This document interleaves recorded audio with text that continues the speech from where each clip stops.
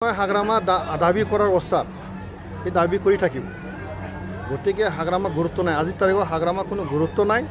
হাগ্ৰামাৰ লগত কোন কোন আছে? হাগ্ৰামাৰ লগত আজিৰ তাৰিখত কোন কোন আছে? তেখেতৰ লগত কাম্পা বৰগীয়াৰী আছিল, চন্দন ব্ৰহ্ম আছিল, হেমেন্দ্ৰনাথ ব্ৰহ্ম আছিল, হিতেশ বসুমতাৰী আছিল। যিমান তেখেতৰ লেফ্ট ৰাইট যিমান আছে দলীয় কৰ্মকৰ্তাবিলাক, কেন্দ্ৰীয় নেতা, তেওঁলোকে চব হাগ্ৰামাক ত্যাগ কৰি পেলাই আমাৰ দলত আহিল। তাৰ মানে কি?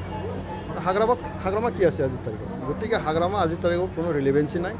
চৰকাৰ গঠন কৰিব বুলি কৈছে, তেখেতৰ দাবী কৰাৰ অৱস্থাত বুলি আমি কৈ আছোঁ। বড়ো কৰি পেলাই প্ৰাক্তন সাংসদ নৱকুমাৰ ডাঙৰীয়াই খেলিছে। 10 বছৰ ৰাইজক ঠগাই পেলাই সি সাংসদ হৈ গ'ল। তাৰপিছত কি হ'ল? আজিৰ তাৰিখত বিটিয়াৰ বাকী ৰাইজে বড়ো বিচাৰিছিল, নিবিচাৰে।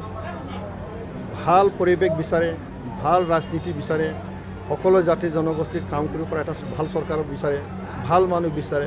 সেইটো ৰাইজে বিচৰা এটা পৰিৱেশ। গতিকে ভাল পৰিৱেশত কাম কৰিব নোৱাৰে।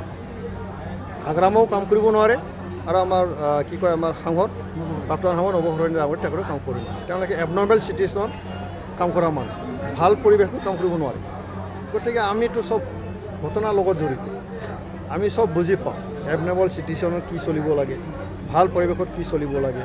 প্ৰমোদ বড়ো ডাঙৰীয়াৰ নেতৃত্বত 4.5 বছৰ আমাৰ যিটো অভিজ্ঞতা, আমাৰ এটা আত্মবিশ্বাস হৈ গ'ল যে ৰাইজৰ প্ৰতি আমি কাম কি কৰিলোঁ, অনাগত দিনত আমি কাম কি কৰিম, ৰাইজে কি বিচাৰিছে, এই ফালচটো আমি ভালকৈ গম পাওঁ।